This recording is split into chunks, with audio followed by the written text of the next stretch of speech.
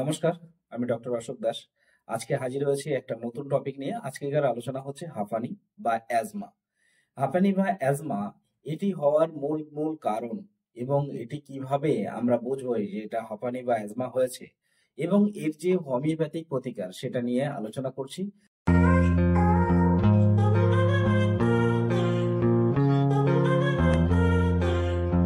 তো আমার চ্যানেলে যারা নতুন আছেন অবশ্যই চ্যানেলটিকে সাবস্ক্রাইব করবেন এবং নিয়মিত দেখতে থাকুন হোমিওপ্যাথিক রিলেটেড এবং চিকিৎসা সংক্রান্ত বিভিন্ন কিছু। তো হাঁপানি কি?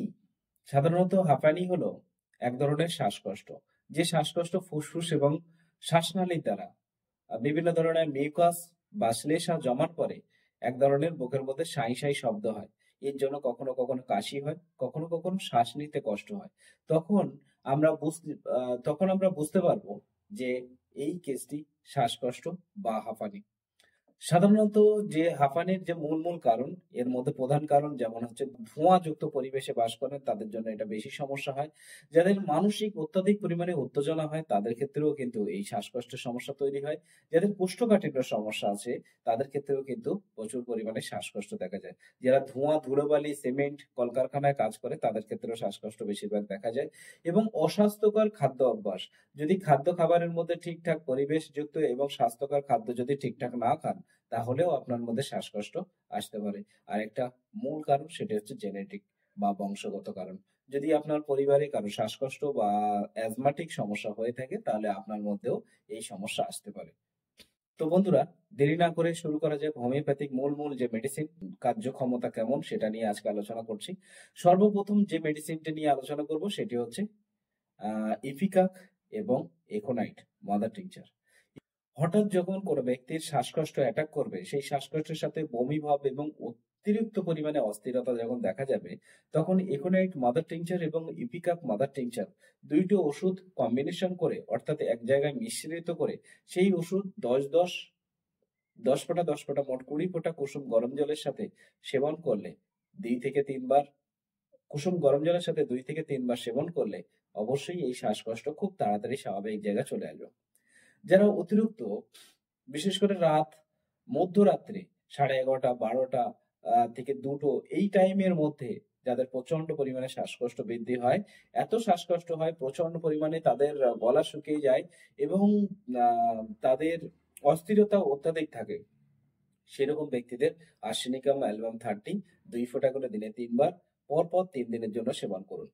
বমি ভাব আছে, তার সাথে শ্বাসকষ্ট এবং কাশি বললে কথা বললেই যেন তার শ্বাসকষ্ট বেড়ে যায়, বা যখনই কোনো কিছু আপনি খেতে যাচ্ছেন সঙ্গে সঙ্গে তার শ্বাসকষ্ট বেড়ে যায়।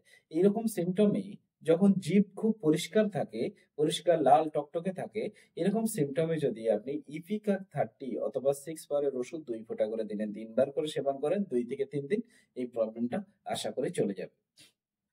যাদের ঘুমানোর পরে, বিশেষ করে যাদের যখনই একটু ঘুমিয়েছেন, ঘুমানোর পরেই তার অস্থিরতা বেড়ে যায়। শ্লেষ্মা অতিরিক্ত পরিমাণে বেড়ে যায়। 35-40 বছরের যেসব মহিলাদের যাদের পিরিয়ডস বন্ধ হয়ে গেছে সেই সময় যদি কারো শ্বাসকষ্ট হয় তাহলে ল্যাকেসিস 30 দিনে 2 বার 2 থেকে 3 দিন সেবন করতে হবে 2 ফোঁটা করে। দেখবেন এই শ্বাসকষ্টটা আস্তে আস্তে বন্ধ হয়ে যাবে। যাদের স্টেরয়েড জাতীয় কোনো ওষুধ খেয়েছেন, বিশেষ করে অ্যালোপ্যাথিক ওষুধ, কোনো আয়ুর্বেদিক ওষুধ, স্টেরয়েড জাতীয় অ্যালোপ্যাথিক ওষুধ বা আয়ুর্বেদিক ওষুধ খাওয়ার পরে কারো যদি শ্বাসকষ্ট বৃদ্ধি হয়, সেক্ষেত্রে হোমিওপ্যাথিক ওষুধ থুজা 200 পাওয়ারের ওষুধ প্রতিদিন সন্ধ্যাবেলা 2 ফোঁটা করে 2 থেকে 3 দিনের জন্য সেবন করুন। তারপরে আপনারা 10 দিন অপেক্ষা করুন, দেখবেন আপনার শ্বাসকষ্টের মাত্রা অনেকটা কমে যাবে। যাদের রক্তের গ্রুপের মধ্যে এসোনোফিল যদি বৃদ্ধি হয়ে থাকে তাদের জন্য যদি শ্বাসকষ্ট হয় তাহলে থাইরোডিনাম 200 দিনে 2 বার করে 2 থেকে 3 দিনের জন্য ব্যবহার করুন, দেখবেন প্রবলেমটা ঠিক হয়ে যাবে। যাদের অতিরিক্ত ধোঁয়া, গাড়ির ধোঁয়া বা শিল্প কারখানায় কাজ করছেন, কাজ করার পরে শ্বাসকষ্ট হচ্ছে, তাদের জন্য অ্যাসিড সালফ 30 দিনে 2 বার করে সেবন করুন 2 থেকে 3 দিন, দেখবেন প্রবলেমটা ঠিক হয়ে যাবে। যাদের বিশেষ করে শুধুমাত্র দাঁড়িয়ে থাকলে সে শ্বাসকষ্ট অনেকটা কমে যায়, কিন্তু যখন বসে বা শুয়ে পড়ে তখন কিন্তু তার শ্বাসকষ্ট বেড়ে যায়। এরকম সিমটমে ক্যানাবিস ইন্ডিকা 30 দিনে 2 বার করে সেবন করবেন, দেখবেন প্রবলেমটা ঠিক হয়ে যাবে। যাদের তুলো কারখানায় কাজ করছেন বা তুলোর কোনো কাজ করেন, তুলোর কাজ করার পরেই তার শ্বাসকষ্ট হচ্ছে, সেক্ষেত্রে গসিপিয়াম 30 দিনে 3 বার করে সেবন করুন 2 ফোঁটা করে 5 থেকে 6 দিন ব্যবহার করবেন, দেখবেন আপনার শ্বাসকষ্টটা অনেকটা কমে যাবে। তবে চেষ্টা করবেন ধোঁয়া, ধুলো, তুলো এই ধরনের জিনিসগুলো যাতে নাকের মধ্যে না যায় সেরকম কিছু প্রোটেকশন আপনারা ব্যবহার করবেন। তাহলেই এই প্রবলেম ২য় বার আর ঘুরে আসবে না। অনেক পরিমাণে যাদের রাগ বেড়ে যাওয়ার কারণে শ্বাসকষ্ট হয়, তাদের ক্ষেত্রে ক্যামোমিলা 30 দিনে ২ বার থেকে ৩ বার ব্যবহার করুন। দেখবেন তাদের রাগ হওয়ার কারণে যে শ্বাসকষ্ট হওয়া সেটা কিন্তু স্বাভাবিকের জায়গায় চলে আসবে। এবারে ধোঁয়া বা অত্যাধিক পরিমাণে মানসিক চাপ, মানসিক কষ্ট পাওয়ার পরে যদি কারো শ্বাসকষ্ট হয়, সেক্ষেত্রে ইগনিশিয়া 30 দিনে ২ থেকে ৩ বার সেবন করুন। দেখবেন প্রবলেমটা আস্তে চলে যাবে। এবারে হচ্ছে বায়োকেমিক ওষুধ, যে ওষুধটি খুবই কার্যকারী ওষুধ, বায়োকেমিক ওষুধ। তার মধ্যে ম্যাগনেসিয়াম ফস এবং ক্যানিফস, এটি 6 ট্যাবলেট, 4টে মোট 8টা ট্যাবলেট দিনে ৩ বার কুসুম গরম জলের সাথে সেবন করলে যেকোনো শ্বাসকষ্ট আস্তে স্বাভাবিক জায়গায় চলে আসে। তো যাদের শ্বাসকষ্ট অত্যাধিক পরিমাণে আছে তাদের কিছু নিয়ম নীতি বা কিছু খাদ্য খাবার এড়িয়ে চলা ভালো।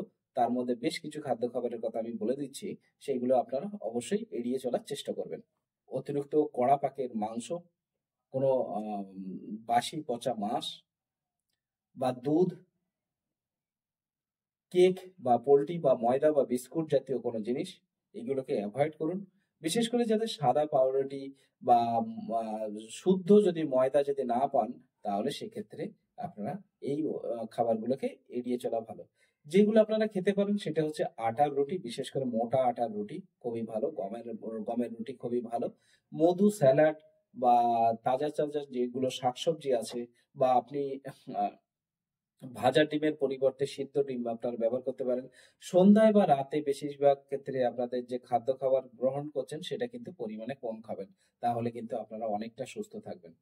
তো বন্ধুরা, হাঁপানি চিকিৎসা, এই চিকিৎসা হোমিওপ্যাথিতে হয়তোবা দীর্ঘমেয়াদী হতে পারে, কিন্তু এটি সম্পূর্ণ আরোগ্য হয়ে যায়। একটা ছোট্ট ভিডিওর মধ্যে তো সমস্ত ওষুধগুলো আলোচনা করা ঠিক হয় না বা করা যায় না। তার জন্য আপনাদের বলবো যে আপনারা অবশ্যই যদি মনে করেন আপনাদের কোনো সমস্যা আছে, এটি হোমিওপ্যাথিতে সম্পূর্ণ কিউরেবল, সম্পূর্ণ সেরে যায়, সেক্ষেত্রে অবশ্যই আপনারা কোনো হোমিওপ্যাথিক ডক্টরবাবুকে দেখিয়ে নিন। দেখিয়ে নিয়ে আপনারা ওষুধ খান। আর আমি যে ওষুধগুলো বললাম সেই ওষুধগুলো যদি আপনাদের সিমটমের সাথে ম্যাচ খায়, সেক্ষেত্রে আপনি খেতে পারেন, অথবা কোনো ডাক্তারবাবুর পরামর্শে আপনি এগুলো খেতে পারেন। তো পার্সোনাল যদি মনে করেন আপনারা যেকোনো রোগ নিয়ে কনসাল্ট করবেন বা হাঁপানির বিষয়ে আপনারা কিছু জানতে চাইছেন বা কোনো কিছু আপনারা প্রেসক্রিপশন করতে চাইছেন, তাহলে এই যে নিচে দেওয়া নাম্বার আছে এই নাম্বারে আপনারা কনসাল্ট করুন। কনসাল্ট করলে আপনাদের নির্দিষ্ট যে মেডিসিন সেটি সিলেকশন করে দেওয়া হবে, এবং সেই ওষুধ যদি আপনারা নিয়মিত খেতে পারেন তাহলে আপনাদের সমস্যা খুব তাড়াতাড়ি স্বাভাবিক জায়গায় চলে আসবে। তো বন্ধুরা, ভিডিওটি ভালো লাগলে অবশ্যই লাইক করবেন, এবং আপনাদের কোনো মতামত থাকলে কমেন্ট করুন, এবং মানুষের কাছে ভিডিওটিকে ছড়িয়ে দিন। তাহলে আপনি যেমন উপকার পেয়েছেন সেই উপকারের বার্তাটা অন্যের কাছেও চলে গেলে তাদেরও কিন্তু উপকার হবে। তো আজকে এই পর্যন্ত। আগামী দিনে নতুন একটা টপিক, কোনো একটা নতুন সাবজেক্ট নিয়ে আলোচনা করব। ততক্ষণ আপনারা ভালো থাকুন। নমস্কার।